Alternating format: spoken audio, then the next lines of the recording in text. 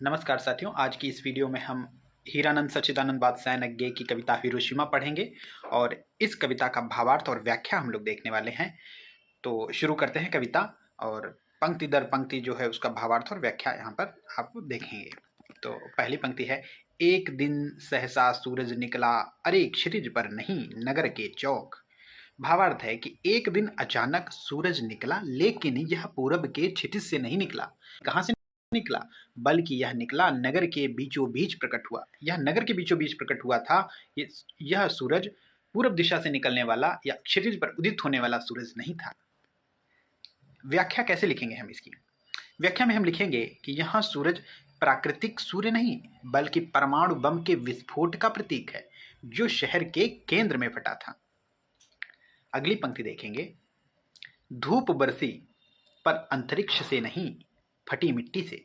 भावार्थ में लिखेंगे, धूप जैसे तेज रोशनी, धूप जैसी तेज रोशनी और गर्मी फैली। क्यों फैली? जब बम फटा, गिरने से, परमाणु बम जब गिरा और फटा तो उससे तेज रोशनी और गर्मी फैली, लेकिन वह आकाश से नहीं, धरती के भीतर से फट करके निकली। यानी कि जब परमाणु बम गिराया गया तो वो जमीन पर पहुंचने से पहले जब फटा तो ऐसा प्रतीत हुआ कवि को कि वो धरती से फटा। यानी कि सूर्य उदित हुआ, लेकिन कहाँ से उदित हुआ? ये आकाश से नहीं बल्कि जमीन से उदित हुआ था। व्याख्या में हम लिखेंगे कि विस्फोट की तेज लपटें और रोशनी नीचे से ऊपर की ओर उठी और ऐसा लगा मानो जमीन ही चल उठी हो। अगली पंक्ति देखेंगे, छायाएं मानव जन की दिशाहीन सब ओर पड़ी, वह सूरज नहीं उगा था पूरब में, वह बरसा सहसा बीचों बीच नगर के। भावार्थ, इसका भावार्थ होगा कि इंसानों की छायाएं इधर उधर हर दिशा में फैल गईं। वह सूरज पूरब में नहीं उगा था बल्कि अचानक शहर के बीच बरस पड़ा। व्याख्या में लिखेंगे कि विस्फोट से तेज रोशनी और विकिरण फैले, जिससे इंसान जलकर वहीं छाया बन गए। तो यहाँ पर जो छायाओं की बात की गई, दरअसल वो क्या है? वो इंसान के जलने से जो वहां पर अवशेष बच गए, जो राख उनकी बच गई, जो उनके निशान बच गए, ये वही छायाएं हैं। अगली पंक्ति, काल सूर्य के रथ के पहियों के ज्यों अरे टूट कर बिखर गए हों दसों दिशा में। इसका भावार्थ होगा, जैसे मृत्यु के सूर्य के रथ के पहिए टूटकर दसों दिशाओं में बिखर गए हों, ऐसा प्रतीत हुआ जब वो परमाणु बम गिर के फटा। व्याख्या में लिखेंगे, यह उपमा विस्फोट के धुआं, आग और मलबे के चारों ओर फैलने का चित्र है। नेक्स्ट अगली पंक्ति देखते हैं, कुछ क्षण का वह उदय अस्त केवल एक प्रज्वलित क्षण की दृश्य सुख लेने वाली दोपहरी। भावार्थ में लिखेंगे कि वह सूरज कुछ ही क्षण के लिए उगा और अस्त हो गया, पर उसकी प्रज्वलित रोशनी ने सब कुछ सोख लिया। व्याख्या में लिखेंगे कि परमाणु बम का प्रभाव कुछ ही पलों का था, लेकिन उसकी तीव्रता ने आंखों की रोशनी और जीवन दोनों छीन लिए। अगली पंक्तियां देखते हैं, फिर छायाएं मानव जन की नहीं मिटी लंबी हो होकर।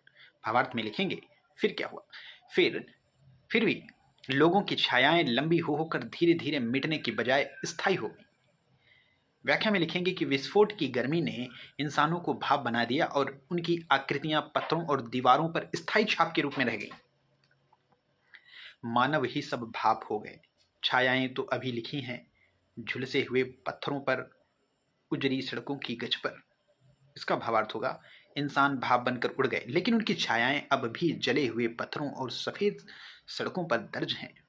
व्याख्या, इसमें लिखेंगे कि यह सीधे हिरोशिमा की त्रासदी का चित्र है, जहां लोग विस्फोट की गर्मी से तुरंत जलकर नष्ट हो गए और केवल उनकी छायाएं पत्थरों पर बची।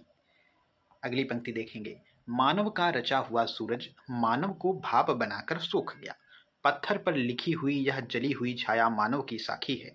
भावार्थ है इसका कि मनुष्य द्वारा बनाया गया यह कृत्रिम सूरज यानी कि परमाणु बम मनुष्य को भाप में बदलकर सूख गया। पत्थरों पर अंकित यह जली हुई छाया इस भयावह घटना की गवाही देती है। व्याख्या में लिखेंगे कि कवि चेतावनी देते हैं कि विज्ञान की शक्ति अगर विवेकहीन हाथों में हो तो वह मानवता के अस्तित्व को नष्ट कर सकती है।